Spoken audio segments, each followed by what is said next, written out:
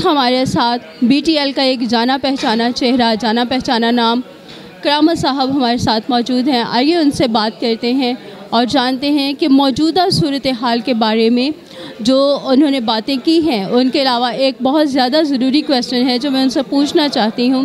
آئیے ان سے بات کرتے ہیں. سر کیسے ہیں آپ؟ جی میں ٹھیک ہوں، بہت شکریہ. سر مجھے یہ جاننا ہے کہ ہمارے ملک کا ایک المیہ ہے کہ جو بھی ترقیاتی کام اس ملک کی ترقی کے لیے ہوتا ہے، عوام کی ترقی کے لیے ہوتا ہے، موسٹلی وہ جو ہے وہ پوسٹ پون ہوتا رہتا ہے. تو ایک بات ابھی یہ جو صورتحال ہے، سیلابی حالات ہو رہے ہیں، ایک چیز سننے میں آ رہی ہے کہ اگر ہمارے پاس ڈیمز ہوتے تو ہمارے ملک کے آج یہ حالات نہ ہوتے، سیلاب سے ایسی حالت نہ ہوتی. تو آپ اس کے بارے میں کیا کہیں گے؟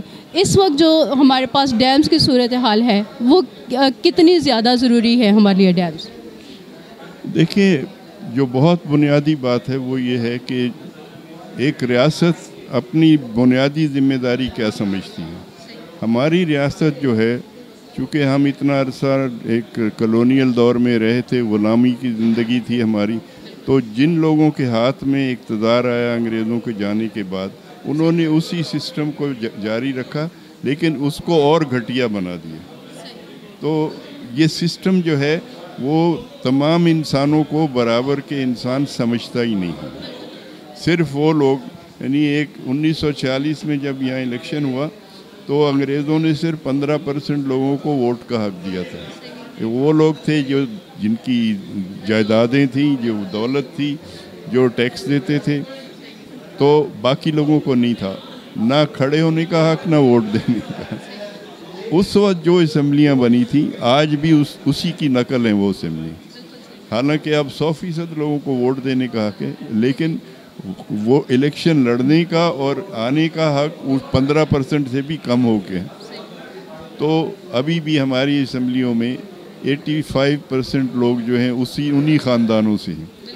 تو ان کا عام لوگوں کے ساتھ کوئی رشتہ نہیں ہے. ابھی ہم بار بار سن رہے ہیں کہ دیہی علاقوں میں جہاں زیادہ مصیبت آئی ہے، لوگ شکایت کرتے ہیں کہ جی کوئی ان کو پوچھنے نہیں آئے. تو بھائی وہ کیوں آئے گا؟ وہ آپ میں سے ہے ہی نہیں. تو مطلب یہ ہے کہ ہمیں اس سسٹم کو بدلنا ہوگا کہ لوگ خود اپنی نمائندگی کریں. تو پھر ہم دیکھتے ہیں کہ سسٹم کیسے کام نہیں کرتا. آج اگر ہماری اسمبلیوں میں اور ہماری سول سروس میں 100% میں سے اگر 15% بھی عام لوگوں کی شمولیت ہوتی تو یہ صورتحال نہیں ہوتی، مختلف ہو جاتی. تو ایک تو یہ ہے کہ فوری ہے کہ بھئی لوگ جو ہے جو ان کے ساتھ ہمدردی کریں، جائیں، چیزیں پہنچائیں، پیسے دیں، وہ زور دینا چاہیے. اس کی ضرورت ہے، جو فوری ریسکیو اور ریہیبلیٹیشن کی ضرورت ہے.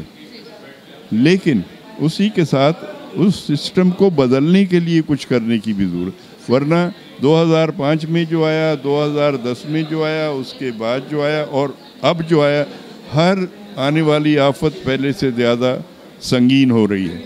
اب اس کے بعد اگر آئے گی تو اس سے 4 گنا سنگین ہوگی. تو ہم کوشش کریں کہ وہ اب نہ ہو. اور یہ ہمارے سامنے ہے کہ کیا چیزیں تھیں جو نہیں ہوئیں، کیوں یہ نہ ہوا. دریاؤں کے ساتھ کیا ہوا، ندی نالوں کے ساتھ کیا ہوا، سمندر کے ساتھ ہم نے کیا کیا. اگر اب اس کو روک دیں، اور روکنے میں کوئی پیسے بھی نہیں لگتے ہیں، سارے کو ذمہ دار بنایا جائے کہ لوگ گندگی نہ پھیلائیں، لوگ جو ہے ماحول کا جو ہے احترام کریں، اور لوگوں کی براہ راست شرکت و فیصلہ سازی میں جو معاشی صورتحال ہے اس کو اس طرح سے ترتیب دیا جائے کہ چند لوگ ہی جو ہے وہ چند گھرانے جو ہے امیر سے امیر تر ہوتے جائیں اور میجورٹی لوگوں کی غریب تر ہو. ہمیں ایک سوشل سیکیورٹی کے نظام کے بارے میں سوچنا چاہیے. آپ اپنی جی ڈی پی کا جو ہے اگر 10% الگ کر دیں تو آپ تمام بچوں کو تعلیم دلا سکتے ہیں، تمام بے روزگار لوگوں کو بے روزگاری الاؤنس دے سکتے ہیں، تمام لوگوں کی صحت کا انتظام کر سکتے ہیں. کیوں نہیں کرتے آپ؟ سر پرابلم یہاں پہ یہ ہے کہ جو ہمارے عوامی نمائندگان جن کو وہ کہتے ہیں، وہ اگر وہ کسی ایسے آفت زدہ علاقے میں جاتے ہیں تو بھی وہ صرف اور صرف اپنی تصویر بنوانے کے لیے، اور باقاعدہ ہم دیکھتے ہیں کہ یہ کہا جاتا ہے کہ تصویر تو بناؤ، اور تصویر بنانے کے بعد لوگ بات کرتے ہیں کہ جی لوکل گورنمنٹ سسٹم، وہ نہیں بنائیں گے.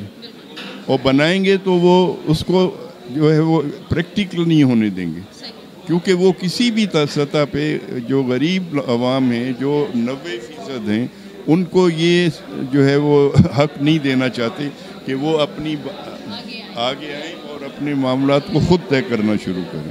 بہت شکریہ سر آپ کے خوبصورت الفاظ کے لیے، آپ کی قیمتی آراء کے لیے بہت شکریہ۔ آپ کا بہت شکریہ، جاری رکھیں اپنے کام کو۔